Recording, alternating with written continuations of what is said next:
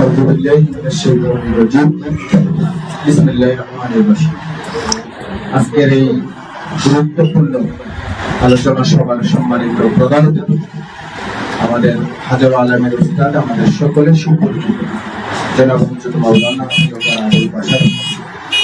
আজকের এই আলোচনা সভার সম্মানিত প্রধান আলোচক বাংলাদেশ জামায়াত ইসলামী দাউদকান্দি উপজেলা সংগ্রামী আমির জনাব মনিরুজ্জামান বাহরুল ভাই, উপস্থিত কিশোর ইউনিয়নের অন্যান্য নেতৃবৃন্দ, আমার সামনে উপস্থিত সম্মানিত ওলামায়ে কেরাম, আসসালামু আলাইকুম ওয়া রাহমাতুল্লাহি ওয়া বারাকাতুহু।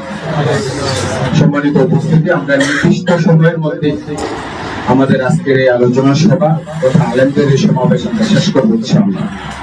আমি খুব সংক্ষিপ্ত আলোকে কয়েকটি কথা বলতে চাই। সম্মানিত উপস্থিতি, আমরা যে সংগঠনের ডাকে সাড়া দিয়ে আজকে এখানে সমবেত হয়েছি, সেই সংগঠনটি বাংলাদেশের জন্মের পর থেকে, সেই সংগঠনটি বাংলাদেশে প্রতিষ্ঠার পর থেকেই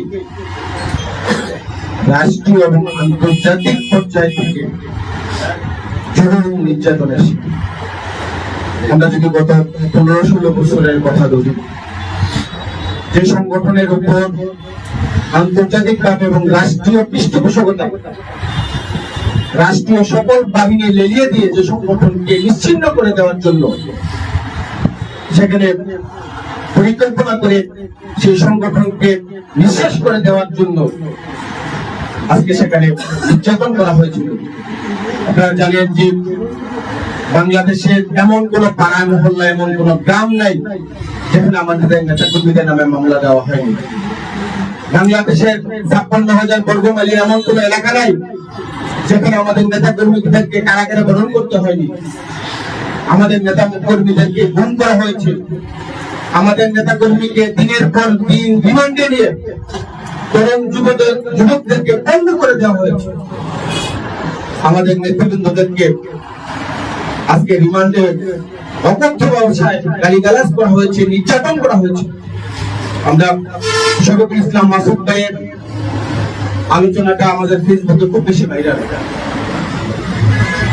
মাসুদ ভাইয়ের চেয়ে অনেক বহুগুণ বেশি আমাদের সাবেক কেন্দ্রীয় সভাপতি যিনি ছিলেন আমাদের দেলাওয়ার হোসেন সাইদি ভাইকে টানা 100 দিন রিমান্ডে রেখে তাকে পঙ্গু করে দেওয়া হয়েছিল। তাকে পুরুষত্বকে নষ্ট করে দেওয়ার জন্য তারা পায়তারা করেছিল।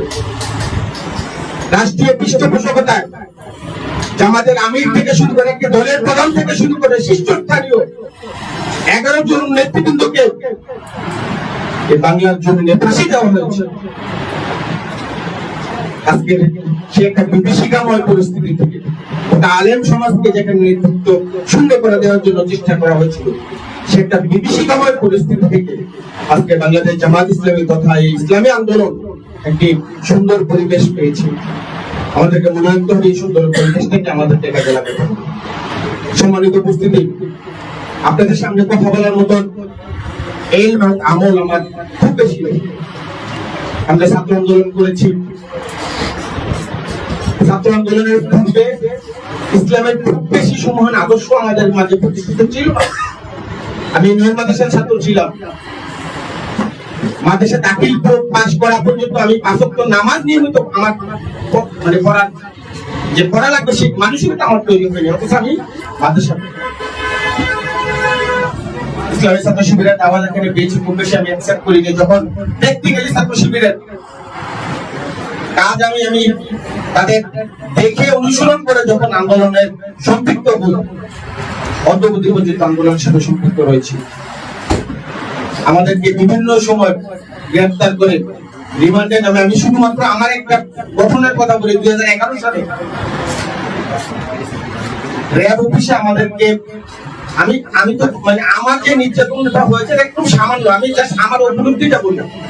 শুধুমাত্র পিছন দিয়ে হ্যান্ডকাপ করিয়ে চোখটা বেঁধে 4 দিন ফেলে রাখছে র্যাব উত্তরা 2011 সালে। 4 দিন আমাদের হাতগুলো ফুলে কেটে একদম ফুলে মানে হ্যান্ডকাপ কেটে সরিয়ে দিল, কিন্তু হ্যান্ডকাপটা খুলে দিল। এটা একদম মানে নির্যাতনের সর্বনিম্ন স্তর। এই জন্য আমি অনুরোধ করবো যে আমরা একটা সুন্দর পরিবেশ পেয়েছি। আজকে আমাদের এই পরিবেশের পূর্বে আমাদের সর্বজন সদ্য আলেম দেলাওয়ার হোসেন সাইদি একটি আলেমদের সমাবেশে বলেছিলেন, জাতিগতভাবে আলেমদের ঐক্য হচ্ছে গোটা বাংলাদেশের ঐক্য। আজকে আমরা এখান থেকে বলতে চাই, বিদেশ্বর ইউনিয়নের আলেম সমাজ যদি চিন্তা করে, তাহলে বিদেশ্বর ইউনিয়নে অন্যায়, অশ্লীল, অপকর্ম কাজগুলা আসলে খুব সামান্য পরিমাণে হলেও আমাদের এটা কি বন্ধ করা আমাদের সুযোগ আছে, এবং অন্যায় ও অশ্লীল কাজগুলা বন্ধ হয়ে যাবে। সম্মানিত উপস্থিতি, আমরা যে কাজটা করি, আমাদের মাঝে অনেক সময় হীনমন্যতা কাজ করে, যে আমি মাত্র 10,000 টাকা বেতন পাই, 15,000 টাকা বেতন পাই, হয়তো বা 20,000 টাকা বেতন পাই, এই সামান্য বেতনে আমার পরিবার পরিজন চলে। এই সামান্য বেতনে আমার পরিবারকে, আমাদের সন্তান সন্ততিদেরকে একটি ভালো কলেজ, ইউনিভার্সিটিতে অথবা একটা ভালো মাদ্রাসায় পড়াবো, অথবা একটি সুন্দর আবাসস্থল থাকবে, যে একটা ডাল ভাত খাওয়ার একটা নিশ্চয়তা আমার প্রফেশনে নেই। এটা অনেক সময় আমাদের অনেকে চিন্তা আসতে পারে, কিন্তু আমার উপলব্ধিটা হচ্ছে যে আলেম সমাজ হচ্ছে সর্বজন শ্রদ্ধেয় একজন সমাজের, যে পাড়া এবং মহল্লা গ্রামের সবচেয়ে শ্রদ্ধেয় ব্যক্তি, তিনি সর্বোত্তম কাজটুকু করছে। সে বুখারী শরীফের হাদিস আপনারা জানেন যে খায়রুকুম মান তাআল্লামাল কুরআন ওয়া আল্লামাহু, সেই সর্বোত্তম ব্যক্তি সেই সর্বোত্তম কাজটা করছে, যে নিজে কোরআন শিখা এবং অন্যকে কি শেখার জন্য চেষ্টা করছে। আমাদেরকে সেই হীনমন্যতার উদ্দেশ্যে আমাদেরকে কাজ করতে হবে।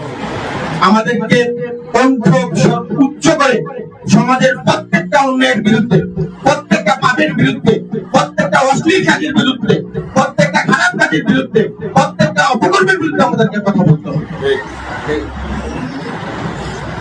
আলেম সমাজের আমাদের অনেক গুরুত্বপূর্ণ কাজ রয়েছে। আলেম সমাজ শুধু গ্রেফতার হয়ে নির্যাতন করে কারাগারে যাবে, নির্মাণের মাধ্যমে মার খাবে, ফাঁসির মঞ্চে যে সে শাহাদাত বরণ করবে, শুধুমাত্র আলেম সমাজের এটা। এই জন্য আলেম সমাজের প্রতিষ্ঠা নয়, এই জন্য আলেম সমাজের দায়িত্ব কর্তব্য না। সূরা তোহাতে আছে যে কি তোহা মা মার খাওয়ার জন্য শুধুমাত্র কোরআন নাযিল হয়নি। আমরা কোরআনের বাহক এবং বাহক, কোরআনকে আমরা সমাজে প্রতিষ্ঠা করার জন্য চেষ্টা করছি। কোরআনের রাজ প্রতিষ্ঠা হওয়ার জন্য আমরা আমাদের জীবনকে উৎসর্গ করে দিচ্ছি।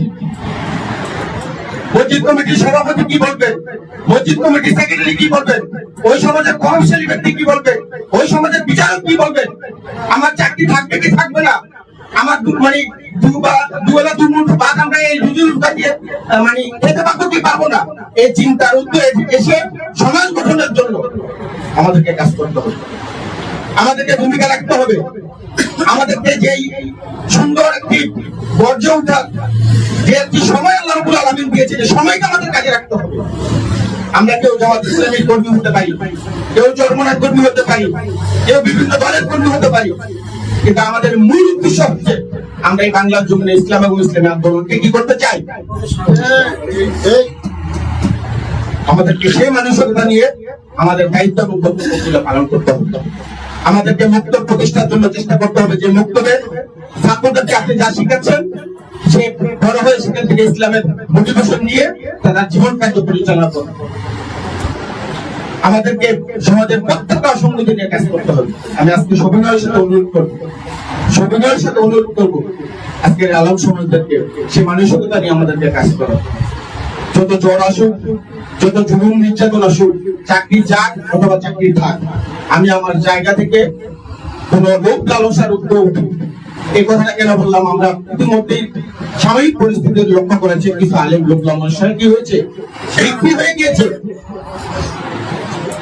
এই কিছু আলেমের কারণে আজকের গোটা সমাজ ব্যবস্থায় আমাদের আজকের এই অত্যাচার জুলুমের একটা ফলক নেমে এসেছে। আজকের এই জামাত ইসলামীর ডাকে যারা আপনারা সাড়া দিয়েছেন, আমাদের আজকের এই আশার মূল উদ্দেশ্য যেন আমরা যে যে দলের হই, যে যে মতের হই, যে যে পথের হই, আমরা সেটা ভুলে গিয়ে সমাজকে ইসলামাইজেশন করার জন্য, রাষ্ট্রে ইসলাম প্রতিষ্ঠার জন্য আমি আমার জায়গা থেকে সর্বোচ্চটুকু ভূমিকা রাখবো।